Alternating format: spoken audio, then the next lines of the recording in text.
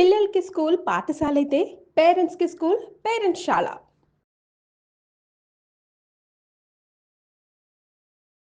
నమస్కారం. మీరు చూస్తుంది సుమన్ టీవీ. నేను మీ కీర్తి. వారాహి నవరాత్రుల్లో భాగంగా మొదటి రోజున అమ్మవారి అవతారం గురించి తెలుసుకున్నాం కదా. ఇక ఇప్పుడు రెండో అవతారం గురించి తెలుసుకుందాం. మనతో పాటు ప్రముఖ ఆస్ట్రాలజర్ బ్రహ్మశ్రీ నందిబట్ల శ్రీహరి శర్మ గురువు గారు ఉన్నారు. నమస్తే గురుగారు. వాగర్థావివ సంపృక్తౌ వాగర్థ ప్రతిపత్తయే జగతః పితరౌ వందే పార్వతీ పరమేశ్వరౌ ఆదిత్యాయ చ సోమాయ మంగళాయ బుధాయ చ గురు శుక్ర శనిభ్యశ్చ రాహవే కేతవే నమః.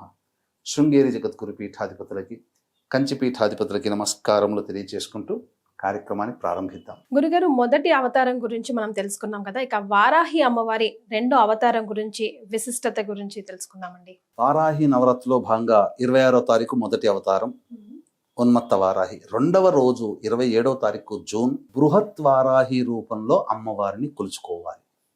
ఈ బృహత్ వారాహి అమ్మవారి యొక్క వాహనం ఏమిటి? సింహ వాహనము. అమ్మవారు చేతిలో కత్తి పట్టుకొని ప్రపంచమంతా తిరుగుతూ ఉంటుందట.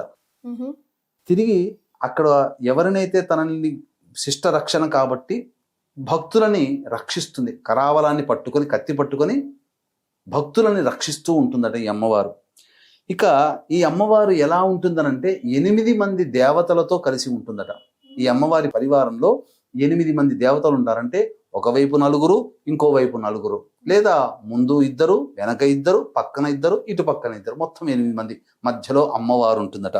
అలాగే వశిష్ఠ మహర్షి ప్రకారము ఈ బృహత్వారాహి అమ్మవారు మనలో ఏదో ఒక రూపంలో కనిపిస్తూ ఉంటుందట ప్రతి ఒక్కరికి. అమ్మవారి యొక్క అంటే ఏంటి? స్త్రీతత్వం అంటే ఏంటమ్మా? చక్కగా తన అనుకున్నటువంటి వాళ్ళని ప్రేమిస్తుంది. పురుషుడైనా ప్రేమిస్తాడో లేదో తెలియదు కానీ ఖచ్చితంగా స్త్రీమూర్తి తన అని ఒక మనిషిని అనుకున్న, వ్యక్తిని అనుకున్న, జంతువుని అనుకున్న, మీరు చూడండి ఎక్కువగా జంతు ప్రేమికులు ఆడవాళ్లే ఉంటారు. లాలితత్వం, అమ్మతనం. కాబట్టి ఏదో ఒక తత్వము ప్రతి మనిషిలో కనబడుతుందట, పురుషుడైనా స్త్రీ అయినా. అంటే ఏంటి? ఇప్పుడు తన కూతురి పట్ల ప్రేమను చూపించే తండ్రి కావచ్చు, లేదా ఎవరైనా కానీ, పురుషుని స్త్రీ అయినా కానీ తన కూతురు పట్ల, కుమారుడి పట్ల చూపించే ప్రేమ కావచ్చు, భార్య లేదా భర్త పట్ల చూపించే ప్రేమ కావచ్చు, స్నేహితుల పట్ల చూపించే అభిమానము కావచ్చు, ఇలా ఏదైనా కానీ ప్రేమ తత్వాన్ని ప్రకటితం చేసేది అమ్మవారి ఈ బృహత్వారాహి. మన దేహంలో ఏదో ఒక రూపంలో ఎంతటి కర్కశుడికైనా కానీ ప్రేమ ఉంటుంది కదా. ఆ ప్రేమ చూపించడానికి కారణం కూడా మన శరీరంలో దాగి ఉన్న బృహత్వారాహి యొక్క లక్షణమట. ఇక గమనించుకున్నట్లయితే ప్రధానంగా ఈ అమ్మవారు విశ్వాన్ని కాపాడగలిగేటువంటి అసమానమైనటువంటి శక్తుల్ని కలిగి ఉంటుందట ఈ అమ్మవారు, ఈ బృహత్వారాహి అమ్మవారు. కాబట్టి ఈ బృహత్వారాహి అమ్మవారిని ఎవరైతే పూజ చేస్తారో, ఎవరైతే కొలుస్తారో అన్ని రకాల ప్రమాదాల నుంచి ఈ అమ్మవారు మనల్ని రక్షిస్తుంది. ప్రమాదం అంటే ఇప్పుడు మనం చూస్తున్నాం, ఉన్నటువంటి సమాజంలో వాయు ప్రమాదాలు బాగా జరుగుతున్నాయి, అగ్ని ప్రమాదాలు జరుగుతున్నాయి, వాహన ప్రమాదాలు జరుగుతున్నాయి. ఇలా అనేక రకాలైనటువంటి ప్రమాదాలు మానవుల్ని ఇబ్బంది పెడుతున్నాయి. కాబట్టి ఈ వారాహి అమ్మవారిలో రెండవ రోజు అయినటువంటి రోజున బృహత్వారాహి రూపంలో వారాహి అమ్మవారిని గనక కొలిచినట్లయితే అప్పుడు ఆ అమ్మవారు మనకు కలిగేటువంటి, మనకు తెలియకుండా ఉండేటువంటి ప్రమాదాల బారి నుంచి మనం రక్షింపబడతాం. అలాగే ఎలాంటి భావంతో మనం చూసుకోవాలంటే అమ్మవారిని పూజ చేసేటప్పుడు మనస్సులో ఆ రూపం, ఇప్పుడు చెప్పబడినటువంటి రూపం, ఈ అమ్మవారు సింహ వాహనంలో ఉంటుంది, చేతిలో కత్తి పట్టుకుంటుంది. ఆ అమ్మవారికి పక్కన 8 మంది దేవతలు ఉంటారు.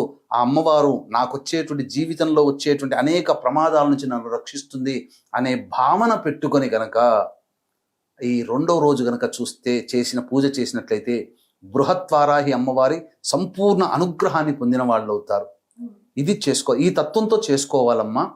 తప్పకుండా దీని తదనంతరం మనం ఈ యొక్క అమ్మవారికి ఏ విధంగా నైవేద్యం పెట్టాలి, ధూపం ఏ విధమైనటువంటి వస్తువులతో వేయాలి, ఏ పూలతో అర్చన చేయాలి, అమ్మవారి విశిష్టత కూడా మనం తెలుసుకుందాం. అయితే వీక్షించేటువంటి ప్రేక్షకుల్లో ప్రతిరోజు కూడా పూజ చేసుకునే వాళ్ళు ఉంటారు. ఇంత పూజ చేసుకున్న ఆఖరణ హోమాది కార్యక్రమం చేసుకుంటే హోమంతో సంపూర్ణాహుతితో సంపూర్ణం అవుతుంది కదా అని ఆలోచించే వాళ్ళు కొంతమంది. అలాగే ఇంకొంతమంది పూజ చేసుకోలేని సమయం లేని వాళ్ళు, పూజ చేసుకోలేని వాళ్ళు ఉంటారు. అయినా వాళ్ళు మదన పడుతుంటారు, మాకింతటి అవకాశం అమ్మవారి అనుగ్రహం పొందలేకపోతుంది అని తపన పడేటువంటి వాళ్ళకందరికీ కూడా మన పీఠం ఆధ్వర్యంలో జూలై 5వ తారీఖు దశమి స్వాతి నక్షత్రం కలిసి వచ్చినటువంటి రోజున ఈ యొక్క 9 వారాహి అమ్మవార్ల యొక్క హోమాది కార్యక్రమాలు శనివారం రోజు 5వ తారీఖు మధ్యాహ్నం 3 గంటలకి ప్రారంభమవుతుంది. 12 గంటల లోపల మీ గోత్రనామాలు నమోదు చేసుకోవచ్చు. ఈ కార్యక్రమంలో నమోదు చేసుకున్నటువంటి వాళ్ళకి శక్తిపాతము చేయబడినటువంటి శంకరుంగలి మాలని ఇవ్వడం జరుగుతుంది. ఇక ఇలాంటి అమ్మవారిని గనక పూజ చేసినట్లయితే సమస్తమైనటువంటి మనకు తెలిసి తెలియక జరిగేటువంటి ప్రమాదాలు, వాహన ప్రమాదాలు అన్నిటి నుంచి కూడా మనల్ని ఆ అమ్మవారి దగ్గరుండి వెన్నంటి ఉండి రక్షిస్తుందని చెప్పవచ్చు. గురుగారు, మరి రెండో అవతారం రోజు అమ్మవారికి ఎలాంటి నైవేద్యాన్ని సమర్పించాలంటారు? 2వ అవతారమైనటువంటి ఈ బృహత్వారాహి అమ్మవారికి కట్టె పొంగలి, పులిహోర నైవేద్యంగా పెడితే సరిపోతుందమ్మా. ఇంకొక విశేషం కూడా ఉందమ్మా. ప్రత్యేకమైన విశేషం ఏంటంటే ఈ వారాహి నవరాత్రులు ప్రారంభమయ్యేది ఆరుద్ర నక్షత్రం. 10వ తేదీ అనగా శుక్రవారం నాడు అమ్మవారి ఉద్వాసన చెయ్యకూడదు కాబట్టి శనివారం నాడు దశమి తిథి రోజున ఉద్వాసన చెయ్యాలి. కానీ ఆ శనివారం దశమి తిథి రోజున ఉన్నది కూడా స్వాతి నక్షత్రం. అంటే ప్రారంభించే రోజు, సమాప్తమయ్యే రోజు రెండూ కూడా రాహు నక్షత్రాలే. ఈ వారాహి అమ్మవారి రూపం కూడా రాహుస్వరూపం. ఎందుకంటే సగం వరకు దేహమే మానవ రూపం, మిగతాదంతా మరి ఒక రూపం. రాహు కూడా మొండె రూపం వరకే రాహు, తలకాయ రాహుది కాదు. కాబట్టి ఈ రాహు నక్షత్రంలో ప్రారంభమై రాహు నక్షత్రంలో నవరాత్రులు సమాప్తమవుతున్నాయి. కాబట్టి ఎవరైనా ఈ వారాహి అమ్మవారిని చేసుకుంటే ఖచ్చితంగా ఈ సంవత్సరం అంటే 2025 చెడు కాలం చూస్తున్నాం. ప్రపంచమంతా హాహాకారాలు చేస్తున్నాయి, యుద్ధాల వాతావరణం, ఆస్తి నష్టం, జన నష్టం జరుగుతుంది, ప్రకృతి విపత్తులు వస్తున్నాయి. అటువంటి సమయంలో ఈ అమ్మవారిని ఆరాధన చేయడం ద్వారా మనం రక్షింపబడతాము, దైవానుగ్రహం మనకు కలుగుతుంది, మనకు మన కుటుంబానికి కలుగుతుంది. ఇటువంటి అద్భుతమైనటువంటి కలయికలు కలిగినటువంటి రోజు కాబట్టి చక్కగా ఆచరించండి, తరించండి. చాలా సంతోషం గురుగారు. కులంకుశంగా ప్రతి ఒక్కటి కూడా వారాహి అమ్మవారికి సంబంధించి వివరించారు. ధన్యవాదాలు. సర్వం శ్రీ ఉమామహేశ్వర పరబ్రహ్మార్పణమస్తు.